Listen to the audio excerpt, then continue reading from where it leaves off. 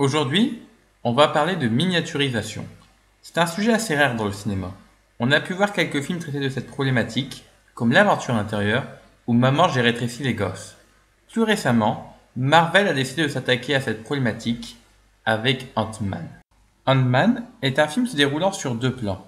D'un côté, nous avons les enjeux taille réelle et de l'autre, ceux à taille insecte. Le film utilise beaucoup d'humour en montrant que les enjeux sont différents entre chaque dimension. Un combat intense au plan microscopique ne représente absolument rien chez nous.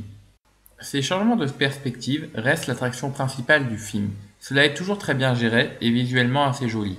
J'ai adoré le fait que durant les séquences d'action, ces changements d'échelle tendent à relativiser le spectaculaire. On peut prendre par exemple le raz-de-marée dans une baignoire ou le combat de wagon qui par un changement de plan rappelle qu'il se déroule dans une chambre d'enfant et que le train n'est qu'un vulgaire jouet. Le film dans son ensemble est plutôt bon. Nous sommes devant un très bon divertissement. Certains, avant même sa sortie, critiquaient le système Marvel en disant que ce dernier a réduit les enjeux à la taille de son personnage. Ce film a beaucoup de similitudes avec Iron Man, il y a des enjeux semblables et la structure de l'œuvre est identique. Nous sommes en effet devant un film de super-héros assez classique, comme on en retrouvait beaucoup dans les années 2000.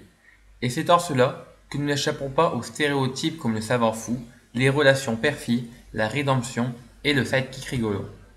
Nous avons un héros qui débute le film en empruntant le sentier habituel de tous les héros avec la naissance d'une certaine grandeur et la prise de conscience de l'importance des pouvoirs qu'il possède.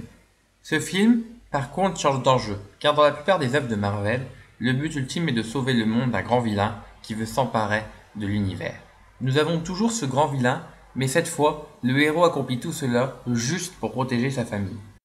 La famille est au cœur de l'œuvre, mais ce qui est surtout mis en avant est que le clan possède ses propres blessures.